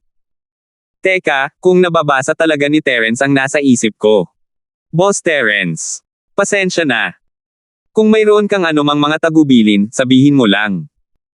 Tiyak na aakyatin ng batang ito ang isang bundok ng mga espada at papasok sa isang palayok ng kumukulong mantika ng walang pag-aalinlangan. Gulong-gulo ang isip ni Bawang habang maingat niyang pinipili ang kanyang mga sasabihin, natatakot na malaman ni Terence ang iniisip niya. Gayunpaman, agad niyang napagtanto na ang marka ng espiritu ni Terence ay hindi para patayin siya, kundi para makuha ang kanyang atensyon. Tinatakot mo ba ako? Kinalma ni Bawang ang sarili at muling tinawag ang sarili na, ako, sa kanyang isipan, sinusubukang tingnan kung nababasa ni Terence ang isip nito. Matapos maghintay ng ilang sandali, ang marka ng kamalayang espiritual ay hindi pa rin mapakali at hindi na nagpakita ng anumang karagdagang pagganap, kaya't nakahinga ng maluwag si Bawang. Terence, ikaw na batang walang hiya, wala ka ng ibang magawa kundi takutin ako. Nagngingit-ngit si Bawang habang minumura si Terence sa kanyang puso. Natatakot din siyang baka nagkamali siya ng kalkulasyon. Na baka patayin siya agad ni Terence kung alam niya ang iniisip nito. Sandali lang. Biglang naramdaman ni Bawang na parang may mali. Hindi naman ganoon kalaya si Terence, di ba? Ano pa ang saysay ng pananakot mo sa akin kung busog ka na? May nangyari ba? Dapat sabihin na ang isang 10,000 taong gulang na pagong na kayang mabuhay ng ganito katagal ay tiyak na hindi mababa ang katalinuhan. Kung hindi, hindi sana nito kayang magdisenyo ng bitag na tulad ng creation battle technique. Pinag-isipan niya ito ng kaunti, at naunawaan ang ibig sabihin ni Terence. Humihingi ba ito ng tulong sa kanya? Master. Mukhang nasa problema si Boss Terence. Natagpuan ni Bawang si Jenny at magalang na sinabi, ang marka ng kamalayan na iniwan niya sa aking sinaunang espiritu ay tumitibok ng ritmo, na parang gusto niya akong puntahan at hanapin siya. Sa totoo lang, ayaw ni Bawang na pakialaman ang senyales ni Terence at umakto na lang na parang hindi niya ito nararamdaman, pero natatakot siyang baka sumabog ang marka ng espiritu ni Terence dahil sa galit. Dahil sa kawalan ng magawa, nagpasya siyang makipagtulungan at kahit papaano ay ipaalam ito kay Jenny. Ha! Na-activate ba ni Terence, bro, ang spirit mark sa espiritu mo? Sabihin mo nga sa akin, paano ito tumitibok? Seryoso ang mukha ni Jenny, anumang bagay na may kinalaman kay Terence ay malaking bagay. Marahil ang padron ng pulso ay isang paraan ng pagpapadala ng impormasyon. Halimbawa, ang Morse code. Habang iniisip ito ni Jenny, handa na siyang i-record ito. Opo, Ginoo. Sagot ni Bawang, at saka sinimulang gayahin ang pagpukpok ng marka ng kamalayang espiritual gamit ang kanyang bibig. Ang ilan ay mabilis, ang ilan ay mabagal, ang ilan ay mahaba, at ang ilan ay maikli. Mayroong isang tiyak na padron dito. Hindi alam ni Jenny kung paano i-decrypt ang password, ngunit madaling na kumpleto ng computer ang conversion. Kaya naman, nang matapos si Bawang, naintindihan na niya ang kahulugan ng password. Jenny, pumunta ka sa lawa ng Half Moon para tumulong. Hindi alam ni Jenny ang eksaktong lokasyon ng Half Moon Lake, kaya tinanong niya si Bawang para sa kumpirmasyon, nararamdaman mo ba ang posisyon ni Terence, kapatid? Halos nahahalato ko na ang direksyon. Kung hindi ako mali, dapat ay papunta ito sa direksyon ng North Island. Nag-isip sandali si Bawang at tapat na sinabi, mukhang ginagawa ni Boss Terence ang lahat para makuha ko ang posisyon niya, malamang gusto niya akong tulungan siya. Ang isla sa Hilaga. Tama. Pupunta tayo agad sa North Island. Alam ni Jenny na pupunta nga si Terence sa North Island. Pinagkumpara niya ang dalawa at agad itong kinumpirma. Pumayag si Bawang, ngunit puno ng masasamang kaisipan ang kanyang puso, mas makabubuti kung si Terence ay nasa isang sitwasyon na nanganganib ang buhay at kamatayan at mamatay. Sa ganoong paraan, maaaring matanggal ng kusa ang marka ng espiritu. At makikita ni Jenny si Terence na patay na, at mawawalan siya ng bantay, kaya ako ang bahala sa katawan niya. Wahahaha. Ang perpekto. Naantig si Bawang sa eksenang inilarawan niya, at hindi niya namamalayang nagpakita siya ng isang mapagmataas na ngiti. Bawang, anong tinatawa-tawa mo dyan? Bilisan mo at umalis ka na. Nanginig ang bibig ni Jenny. Hindi niya alam kung bakit nakatulala na naman ang kanyang primordial soul puppet. Matapos siyang tawagin, lumabas siya ng bundok at kinuha ang flying saucer bago pumasok. Bahagyang nagulat si Bawang at sinundan siya ng may pagkakasala. Hindi niya alam kung ang kanyang pagganap ngayon ay pumukaw sa hinala ni Jenny. Tila kailangan niyang maging mas maingat. Ang lumilipad na platito ay lumipad paitaas mula sa isla at lumipad ng buong bilis patungo sa hilagang bahagi ng isla. Matapos ang mga pagbabago ni Jenny, ang bilis ng lumilipad na platito ay tumaas din ng malaki. Hanggat walang hindi inaasahang nangyari sa daan, hindi dapat magtagal bago makarating sa North Island. Sa ilalim ng Half Moon Lake, naramdaman ni Terence ang mabilis na paggalaw ng kanyang spirit sense mark patungo sa North Island. Nakahinga siya ng maluwag tulad ng inaasahan, naintindihan ni Jenny ang ibig niyang sabihin. Ang 10,000 taong pagong ay kapaki-pakinabang pa rin sa oras ng pangangailangan, kung tutuusin, tila ang hindi pagpatay sa kanya ang tamang desisyon. Siyempre, desisyon iyon ni Jenny, determinado si Terence na patayin si Bawang. Batang bayani Linford, maaari mo bang ayusin itong teleportation array? Hindi alam ni Dexter na nakausap na ni Terence ang multo sa maikling panahon.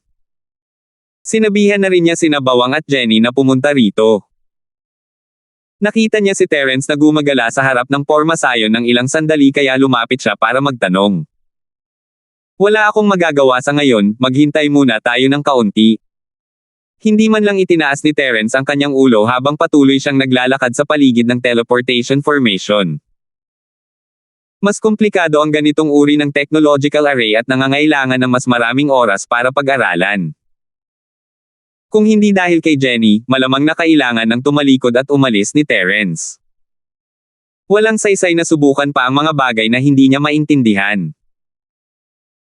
Bukod pa rito, ang pormasayon ng teleportasyon ay labis ng hindi matatag at malapit ng bumagsak. Iyon ang dapat kong gawin. Pero kung pag-uusapan ng oras, sa tingin ko ay hindi maaaring ipagpaliban ng matagal ang pormasayon.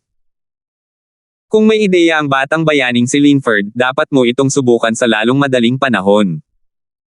Nagkibit balikat si Dexter at casual na sinabi.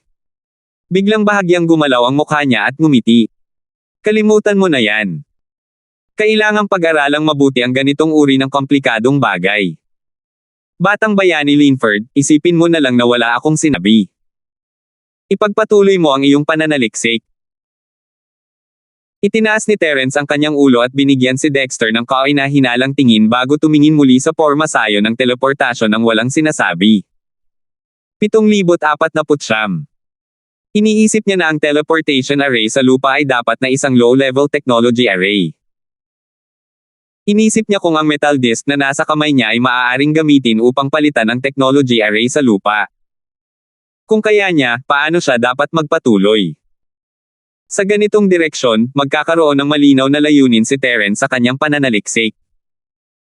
Gayunpaman, ibang-iba ito, at hindi niya ito maintindihan kahit gaano pa niya ito tingnan.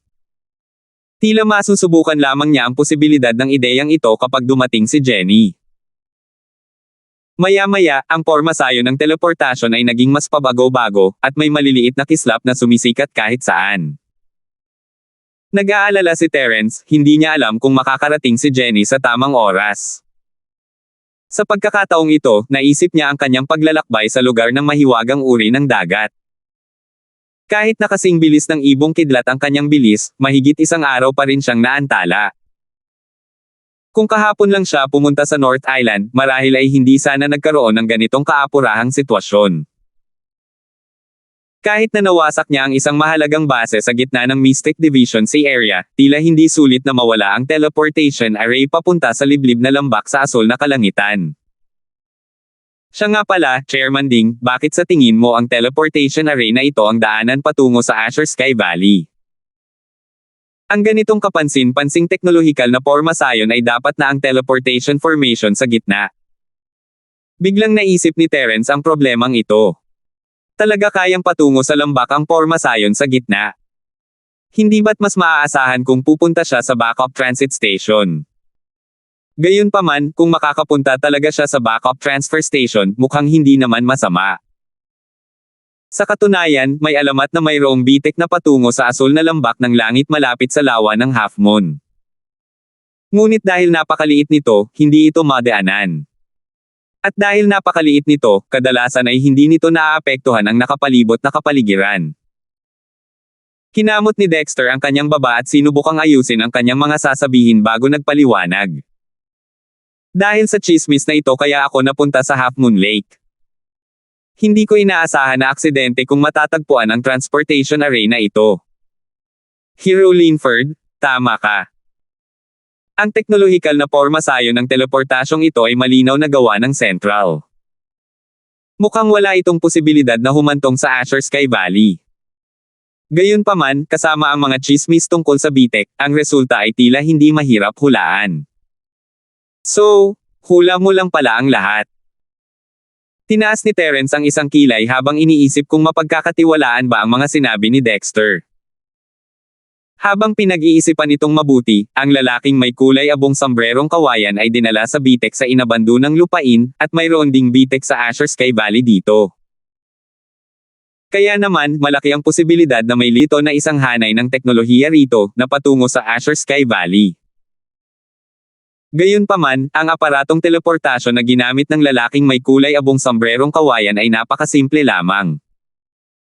Maaari kayang isa itong teknolohikal na pormasayon mula sa bersyon 3.0. Pagkatapos mag-isip ng ilang sandali, sinabi ni Dexter, kung nais sabihin ng batang bayaning si Linford na hula lamang ito, ayos lang. Kung sa tingin mo ay hindi ito maaasahan, ayos lang na isuko mo na ang hanay dito. Nagkibit balikat si Dexter, na nagpapahiwatig na wala siyang pakialam. Kumaibot ang mga labi ni Terence. Maaaring baliwalain ito ni Dexter, ngunit hindi magawa ni Terence. Kahit isa sa 10 milyong pagkakataon lang ang mayroon, kailangan muna niyang subukang ayusin ang pormasayon. Bukod pa rito, ang hula na ito ay may matibay na batayan at may malaking posibilidad na maging katotohanan. Siyempre, hindi niya ito maaaring talikuran. Nag-usap silang dalawa ng kaunti, at naramdaman ni Terence ang bakas ng espiritu ni Bawang na papunta sa North Island. Chairman Ding, mauna na tayo sa pag-akyat. May kaibigan ako rito para tumulong. Mabuti naman at may tumutulong. Sana rin ay maayos na matapos ang negosyong ito. Ngumiti si Dexter at binuksan ang kurbadong harang na muling bumuo ng daluyan ng tubig. Iniwan niya ang ilalim ng lawa kasama si Terence at naghintay sa pampang. Paglapag pa lang nilang dalawa sa pampang, isang maliit at napakagandang lumilipad na platito ang lumitaw sa itaas nila. Isang pinto ang bumukas sa ilalim ng disk, at dahan-daang lumapagsinag ng liwanag sina Jenny at Bawang. Nakatayo sila sa harap ng dalawa. Terence bro? At Chairman Ding, nagkita-kita tayong muli. Ngumiti si Jenny ng matamis habang inaayos ang sarili at binati ang dalawa. Terence bro, may problema ka ba? Binati ni Dexter sina Jenny at Bawang ng isang kamao. Tila hindi siya interesado sa lumilipad na platito. May mga bagay akong kailangan ng tulong ni Jenny. Bawang, ang galing mo ngayon. Napakatalino. Tumanggaw si Terence, hindi nakalimutang purihin si Bawang. Nag-aalala ako na baka hindi mo maintindihan ang sitwasyon. Mukhang minamaliit kita. Boss Terence, nagbibiro ka. Hindi naman ako matalino, mas marami lang akong nagawa dahil sa katapatan ko kina Boss Terence at Master. Lahat ng iyon ay dahil sa edukasyon ni Boss Terence at Master. Wala akong kinalaman doon. Mabilis na ngumiti si Bawang at mapakumbabang umiling. Terence, ikaw na walang hiya, sinusubukan mo ba akong lituhin para madala ako sa kalokohan at makahanap ka ng pagkakataong patayin ako? Ang talino ko naman, paano ako mapapayag sa panlilinlang ng isang batang walang hiya? Tama ka sa isang bagay, batang walang hiya, minamaliit mo ako. Balang araw, papatayin din kita. Bulong ni Bawang sa sarili, ngunit nanatiling tahimik. Walang oras si Terence para pakialaman ang iniisip niya, at hinaila ang kamay ni Jenny papasok sa lagusan. Jenny, may sirang technological array dito, pero hindi ito masyadong matatag. Malapit na itong bumagsak anumang oras. Kaya nga kita tinawagan dito sa pamamagitan ni Bawang. Gusto kong makita kung maaayos mo ang technological array na ito. Mahinahong paliwanag ni Terence habang naglalakad sila, alam mo na ang array ngayon ay maaaring humantong sa Azure Sky Valley. Naningkit ang mga tainga ni Bawang. Bilang isang matandang walang hiya na nabuhay ng hindi mabilang na taon, paano niya hindi narinig ang tungkol sa Azure Sky Valley? Lalo na bilang isang sinaunang espiritu, pinangarap din ni Bawang na mabawi ang kanyang pisikal na katawan sa lahat ng oras, at ang Azure Sky Valley ang kanyang unang pinili. Matagal na palang nangyayari ang alamat ng pagbubukas ng portal kada 700 taon, ngunit kahit minsan ay hindi pa natagpuan ni Bawang ang daanan patungo sa Azure Sky Valley. Napagpaliban na lang niya ito. Hindi niya inaasahan na maririnig niya ang balitang ito ngayon. Ang lambak ng bughaw na langit. Pupunta ba sa lambak, ang batang walang hiya, si Terence, para hanapin ang malalila at masamang si Lotes? Muling pagbubuo ng katawan ko. Hindi ko pwedeng hayaan na lang si Terence ng ganito, maganda sana kung makakapunta ako at kukunin ang lilang ambon na si Lotes. Kapag ang katawan ay muling nabuo, maging ito man ay ang Primordial Spirit Control Hub o ang Spiritual Awareness Mark, ang epekto ay lubos na mababawasan, at posible na mawala ang epekto nito. Habang kinakalkula ni Bawang ang posibilidad na agawin ang lilang ambon ng makasalanang lotes, tumango na si Jenny ng may seryosong ekspresyon. Naiintindihan ni Jenny. Huwag kang mag-alala, Terence, hindi ko hahayaang masira ang pormasayon. Bilasan natin. Sa katunayan, hindi kinailangang maglakad ng mabilis ni Jenny. Hindi naman kalayuan ang ilalim ng lawa. Sa ilang salita lang, halos narating na nila ang ilalim nito. Matapos buksan ni Dexter ang harang at madala sila papasok, agad na tumakbo si Jenny papunta sa metal na plataporma at sinimulang pag-aralan ang teknolohikal na hanay ng teleportasyon sa lupa. 7,050. Bawang, halika rito. Kailangan kitang tulungan sa pagbuo ng pormasayon. Hindi man lang itinaas ni Jenny ang kanyang ulo at agad na inutusan si Bawang na tumulong. AI? Panginoon, huwag kang mag-alala. Ipaubaya mo na sa akin ang lahat. Oo. Pagsangayon ni Bawang at tumakbo palapit. Dahil may balak siyang agawin ang lilang ambon, makasalaan ng lotes, ibang-iba ang kanyang subhetibong inisyatibo. Kapag natapos ko nang ayusin ang pormasayon, magte-teleport muna ako papunta sa lambak at sisirain ang portal doon, Terence, ikaw na walang hiya. Hindi man lang naisip ni Bawang ang marka ng espirito sa kanyang espirito, mapapatay ba siya ni Terence sa isang iglap lang. Maingat na sinuri ni Jenny ang teknolohikal na aspeto ng pormasayon ng teleportasyon, habang si Bawang ang namamahala sa tradisyonal na aspeto. Madalas siyang nagtatrabaho para kay Jenny at nagkaroon ng malaking chemistry sa kanya. Hindi niya namamalayan, isa na pala siyang kwalipikadong katulong ni Jenny. Hindi nakakapagtaka na bibigyan ni Jenny si Bawang ng isa pang pagkakataon, dahil ayaw nitong patayin si Bawang ng ganoon lang. Maya-maya, tumayo ng tuwid si Jenny at huminga ng malalim. Mabuti na lang at ang prinsipyo ay katulad ng nauna, at naiintindihan ko ang kaunting pagkakaiba. Kung aayusin ko ito, hindi magkakaroon ng malaking problema. May mga bahagi lang akong kulang. Dahil nagmamadali siyang lumapit at hindi alam kung tungkol saan iyon, natural lang na hindi magiging handa si Jenny. Mabuti na lang at may mga kagamitan sa flying saucer. Kung hindi, magiging awkward sana. Baka wala siyang sapat na oras para bumalik sa base ng isla para kunin ang mga kagamitan. Jenny, pwede ba nating gamitin ang metal disc bilang kapalit? Naisip na ito ni Terence dati, at ngayon na ang perpektong oras para banggitin ito. Kung kaya nitong direktang palitan ang pormasyong ito, hindi na kailangang ayusin pa. Nag-isip ng mabuti si Jenny ng ilang sandali, pagkatapos ay umiling at sinabing, Terence, bro, natatakot akong hindi natin kaya. Ang dalawang pormasayon ng teleportasyon na ito ay may ilang pagkakatulad, ngunit sila ay magkaiba sa panimula. Kung sapilitin natin silang papalitan, magiging sanhi ito ng hindi na matutubos na target ng teleportasyon. Tumigil si Terence at umiling ng may mapait na ngiti. Kung sakaling magkamali ang teleportasyon at hindi siya makarating sa destinasyon, baka patay na talaga siya. Gayunpaman, maaari ko pa ring isaalang-alang ang pag-alis ng ilang bahagi mula sa metal disc bilang kapalit. Iniunat ni Jenny ang kanyang hintuturo at tinapik ito sa kanyang maselang baba ng ilang beses.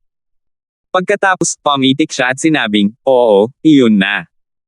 Terence, bro, kunin mo ang metal disc na yan, kailangan na nating bilasan. Walang problema. Tuwang-tuwa si Terence, ito na talaga ang katapusan ng daan. Basta't kaya niyang ayusin ang teleportation formation sa harap niya, hindi mahalaga kung babaguhin niya ang lahat ng metal disc. Tutal, naayos na ito ni Jenny ng isang beses, at maaari niya itong ayusin muli mamaya. Matapos matanggal ang metal disc, mabilis na gumalaw ang balingkinitang katawan ni Jenny. Gamulong-gulong siya sa paligid ng metal disc, isa-isang binuwag ang maliliit na bahagi, at maingat na pinalitan ang mga ito ng teleportation formation sa lupa. Si Bawang ay inaakay din ni Jenny. Minsan, paulit-ulit na kinukumpirma ni Jenny kay Bawang kung may hindi siya naiintindihan. Magaling na ang husay ni Terence sa pagbuo ngayon, pero hindi pa rin siya kasing husay ni Bawang. Gusto niya sanang tumulong, pero hindi niya magawa. Hindi naman magiging problema kung lumabas man ang bagay na iyon, pero sa tulong ni Bawang, wala nang saysay na ipadala pa ito. Nagpasya si Terence na manood na lang mula sa gilid. Naging abala silang dalawa, at naging maayos ang mga resulta. Pakaunti ng paunti ang mga sirang bahagi sa hanay ng mga teleportasyon sa lupa, at ang paminsan-minsang mga kislap ay nabawasan din, at unti-unting halos wala na. Bukod pa rito, ang espiritual na enerhiyang nakapaloob sa Pormasayon ay unti-unti ring nagiging maayos, hindi na kasing gulo ng dati. Matagal nang nawala ang panahon kung kailan gumuho ang Pormasayon, at ang lahat ay umuunlad sa isang magandang direksyon. Hero Linford, talagang hanga-hanga si Miss Han. Mukhang hindi naman mahirap ang ganitong uri ng teknolohiya sa mga kamay niya. Naiinip si Dexter, kaya nakipag-usap siya kay Terence. Kung ganito kagaling ang katulong mo, mas mapapadali ang pakikitungo mo sa Central. Dapat mo siyang protektahan ng mabuti. Siyempre, salamat sa paalala mo, Chairman Ding. Lumingon si Terence kay Dexter, sinusubukang hulaan ang ibig niyang sabihin. Mabuti na lang at nakumpirma na niya na si Dexter ay hindi kabilang sa mga tauhan ng Central. Kung hindi, ang mga salita niya ay magmumukhang banta kay Jenny. Casual lang na pahayag iyon, hindi ako karapat-dapat sa iyong pasasalamat, batang bayaning Linford. Tila walang kaalam-alam si Dexter. Ngumiti siya at ikinumpas ang kamay, sabay pagpapatuloy, tunay na henyo si Miss Han. Marahil ay magkakaroon tayo ng pagkakataong magtulungan sa hinaharap. Oo, tiyak na may mga pangangailangan ang ilan sa aking mga customer sa aspetong ito. Pagdating ng panahon, batang bayaning Linford, huwag mo sanang tanggihan ang aking kahilingan na makipagtulungan sa iyo. Sige, sige. Pag-uusapan natin ang presyo pagdating ng panahon. Napaangat ang mga labi ni Terence at nagbigay ng isang makabuluhang ngiti. Ang taong mapandaya. Kung mayroon talagang ganoong araw, dapat ay kumita pa siya ng kahit kaunti. Gayunpaman, sa pangalawang pag-iisip, paano magiging matagumpay ang isang taong kumikita tulad ni Dexter? Gaano man kataas ang presyo, basta't handa siyang makipagkalakalan, nangangahulugan ito na tiyak na may tubo. Kalimutan mo na iyon, mas mabuting huwag ng pakialaman ang mga usaping ito. Habang nag-uusap silang dalawa, binigyang pansin nila ang pag-usad ng pagkukumpuni ng teleportation formation. Sa pakikipagtulungan ni na Jenny at Bawang, naging mabilis ang pagkukumpuni. Sandali lang bago ito matapos. Nakatuon si Bawang sa pagpunta sa Azure Sky Valley, kaya ginawa niya ang lahat para makipagtulungan kay Jenny at hindi nagdaya. Kung hindi, mahirap sabihin kung ang teleportation array ay maayos na maaayos. Pagkatapos ng halos 10 minuto pa, ang buong hanay ng mga teleportasyon ay nagliwanag dahil sa isang patong ng mahinang liwanag. Sa wakas ay tuluyan na itong naayos. Itinuwid ni Jenny ang kanyang katawan at pinunasan ang kanyang mga kamay. Sa wakas ay nakahinga siya ng maluwag. Terence, bro, natapos ko na ang pagkukumpuni ng teleportation formation. Nagpakita si Jenny ng isang inosenteng ngiti, parang isang batang nakagawa ng isang kamangha-manghang bagay at humihingi ng papuri mula sa kanyang pamilya. Ang cute-cute niya tingnan. Napakagaling niyan. Jenny, isa kang anghenyo sa lahat ng henyo. Natatakot ako na walang ibang makakagawa nito bukod sa iyo. Pinuri siya ni Terence ng isang ngiti, at ang mga mata ni Jenny ay kumerba ng parang mga gasuklay habang nakangiti. Pakiramdam niya ay sulit ang lahat ng kanyang pinaghirapan. Sumimangot si Bawang at malungkot na bamulong, ako ang gumanap ng mahalagang papel, okay. Ano ba yung sinabi mo? Lumingon si Terence at napatalon si Bawang. P*K. Bakit niya nasabi ang iniisip niya? May dimensya ka ba nitong mga nakaraang araw? Buong buhay na akong bayani, bakit lumalala ito ng lumalala? Boss Terence, sinasabi ko lang na ang master ay tunay ngang isang henyo, na may mahalagang papel sa proseso ng pagkukumpuni. Tumutulong lang ako, at wala nang pagkakaiba kung nandito ako o wala. Ngumiti si Bawang nang may paghingi ng tawad, hindi niya maaaring alertuhan si Terence sa puntong ito, kailangan niyang hintayin na makuha ang karapatan sa teleportasyon. Salamat po at sinamahan ninyo ako, ingat lagi mga master.